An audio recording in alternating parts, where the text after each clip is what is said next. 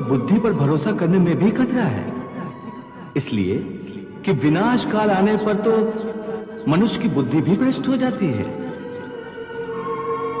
अर्थात जब विपरीत समय आता है तो मनुष्य की अपनी बुद्धि ही उसे गलत रास्ते पर ले जाती है। हे मधुसूदन, मनुष्य न तो अपने मन की इच्छा अनुसार कर्म करे, न ही बुद्धि की सलाह माने, तो फिर मनुष्य बेचारा करे तो क्या करे? ऐसी स्थिति में अपनी प्रवृत्ति के विरुद्ध कोई कैसे जीवन व्यतीत करेगा? हे मधुसूदन, मुक्ति और मोक्ष का रास्ता अपनाने के लिए कोई मनुष्य अपनी प्रवृत्ति को कैसे बदल सकता है? इसका कोई तरीका मुझे बताओ। प्रवृत्ति को बदलने से पहले यह जान लेना आवश्यक है कि प्रवृत्ति कैसे बनती है। अर्थ, जो कर्मयोगी होते हैं वो आसक्ति छोड़कर कर्म की सफलता और विफलता में समबुद्धि से काम लेकर योग द्वारा परमात्मा पर आस्था रखकर कर्म करते हैं। इसे ही समत्व योगा कहते हैं। हे पार्थ, ईश्वर को समर्पण करने की भावना से किया हुआ कर्म फल प्राप्ति की कामना से किए हुए कर्म से कई गुना अधिक श्रेष्ठ है। ज्ञानी पुरुष कर्म फल की आशा किए बिना समबुद्धि योग द्वारा कर्म करते हैं और पाप पुण्य आदि भावनाओं से मुक्ति पाते हैं। पार्थ, तुम भी ऐसी भावनाओं से मुक्त हो जाओगे जब तुम समबुद्धि कर्म का आचरण करोगे। योगस्था कुरु कर्माणि संगम त्यक्त्वा धनंजय सिद्धि असिद्ध्यो समो भूत्वा समत्वम योग उच्यते। एक बात ध्यान में रखो, फल की वासना से फल पर ही दृष्टि रखकर कर्म करने वाला सकाम मनुष्य उत्तम कर्म करने पर भी कर्मयोगी नहीं हो सकता।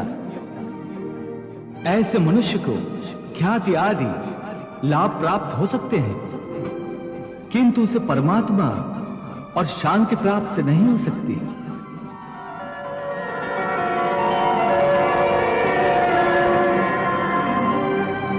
हे केशव, मनुष्य को पाप पुण्य दोनों बंधनकारक है। दोनों से भला बुरा प्रारब्ध बनता है। प्रायश्चित द्वारा पाप से मनुष्य मुक्त हो सकता है, परंतु पुण्य से वो मुक्त कैसे होता? हे अर्जुन, पाप पुण्य, सुख दुख, यश अपयश आदि भावनाएं साधारण मनुष्य के लिए हैं, परंतु जो कर्मयोगी होते हैं वो इन भावनाओं से मुक्त होते हैं, आलिप्त होते हैं। कर्मयोगी अपनी अंतरात्मा की आवाज को परमात्मा का आदेश मानकर आचरण करते हैं। इसमें कहां आती है पाप पुण्य की भावना? हे पार्थ, यदि तुम मोह के अधीन हो गए हो तो निष्काम कर्मयोग कैसे अपनाओगे? तुम्हारी बुद्धि पर जो मोह के अंधकार का पटल छा गया है उसे ज्ञान के प्रकाश से हटा दो और अपनी बुद्धि को मोह के दलदल से बाहर निकालो।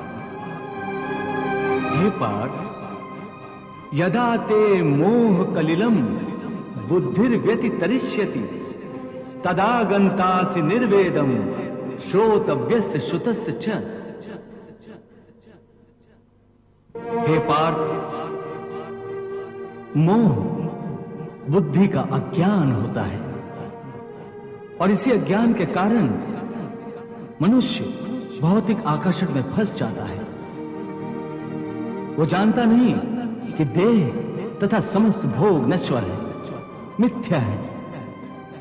जब मनुष्य सत और असत अथवा नित्य और अनित्य का भेद जान जाता है तब वो निरासक्त हो जाता है। उसे किसी भी चीज का आकर्षण नहीं रह जाता।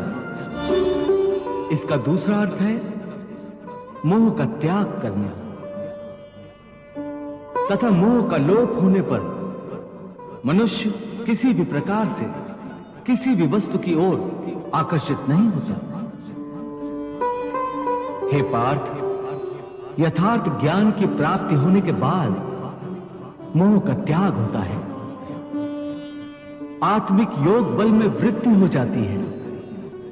योग बल के कारण मन स्थिर हो जाता है।